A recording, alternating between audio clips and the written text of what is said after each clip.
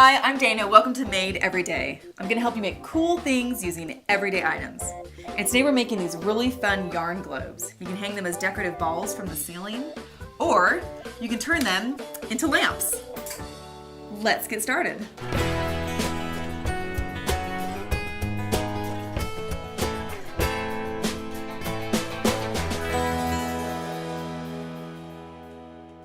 Here's what you need: cotton yarn or hemp cord, basic school glue, and a large bouncy ball. I'm using cotton yarn here because it's a little less fuzzy than other types of yarn, and when it hardens with the glue, it looks really cool, almost like wicker. You can find it at most craft stores and sewing stores. It comes in a variety of colors. And I also like to use hemp cord, which you can find at the craft store. That gives a cool effect in a ball or in a lampshade and dries really hard. Another option is to paint your ball with acrylic paint when you're done. This was red yarn on the inside. I painted it with the teal paint on the outside, and it gives kind of a two-tone effect. For glue, you just need standard old school glue, the same stuff you used in first, second, third, fourth, whatever grade. You're gonna need a lot of it though, so you might want 3 of these small ones, or you can even buy a really large container. And you can use Mod Podge as well. They're pretty similar and they actually cost about the same. So use whichever one you happen to have at the house. The last thing you need is a very large bouncy ball. You can buy this at any toy store, and it comes in different sizes. My kids were super excited when I brought this home until I told them it was for me. And the thing I like about this one is that it has these circles on it, which makes it really nice as I'm trying to create a circle on the bottom of my lampshade. Okay, time to get messy. So I have just covered this with trash bags.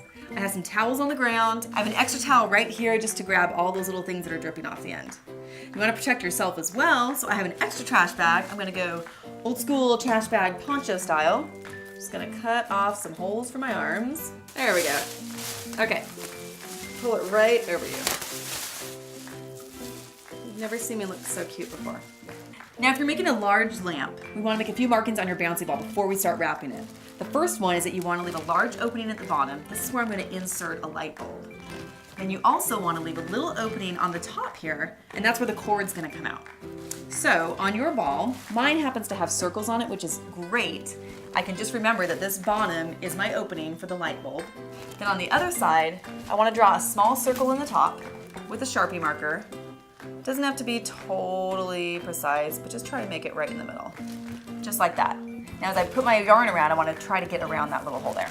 The last marking I'm going to make is not too important, but here's a little spot where you can inflate and deflate the ball when you're done. So if you want to reuse it again, place a little marking, because as you start putting the yarn around it, it kind of gets covered up. That's going to make my kids happy because they can have their ball back afterwards. Okay. Now we're going to prepare our glue mixture. Now you want to mix equal parts of glue with water. I have a really large container here because I know I'm going to need that for this large ball. So you just want to pour it right in. I'm using a plastic container here, just big enough so that your yarn can fit inside.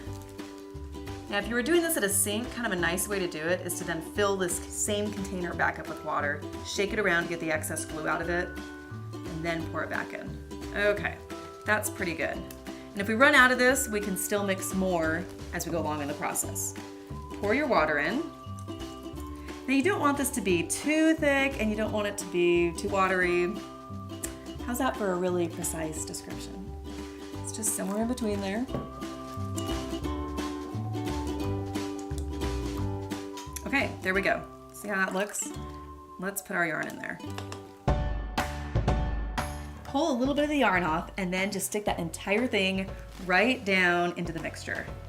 Let it start soaking all of that stuff up. Now we're just gonna let that sit in there as we're making the ball, and we're gonna start pulling the stuff out little by little. Bring your ball right over. I have mine sitting in a bowl so that if I need to set it down to rest, to pull more string out or go get more glue, it has somewhere to sit. So take your string and just start on one side and hold it in place. And we're just gonna start going around. Remember that you don't wanna cover that circle at the bottom. But if you do a little bit, don't stress over it. You can actually kind of move it with your hands as you continue going. Do some going this way, do some going that way, all different directions. As you can see, as I'm pulling these out, little bits of glue is flying everywhere. And then once you've got a few strings on here, then you can kind of start maneuvering the bottom part. So let's work on that, because you want to have quite a few strings around there so that it makes it a little bit firm and solid for the bottom of the lampshade. As you can see, I'm just kind of turning the ball slightly every time. Well, not even turning the ball, I guess. I'm just turning the direction that I do my yarn. And it's starting to make kind of this nice little circle around the bottom there. And right here where I've covered up that hole, just pull it down.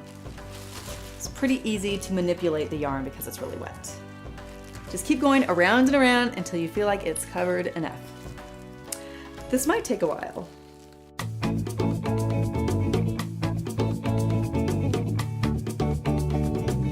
We made it to the end of the string, woohoo! Now all I want to do is tuck this in somewhere, make it a little inconspicuous. You're not really going to notice it later when it dries.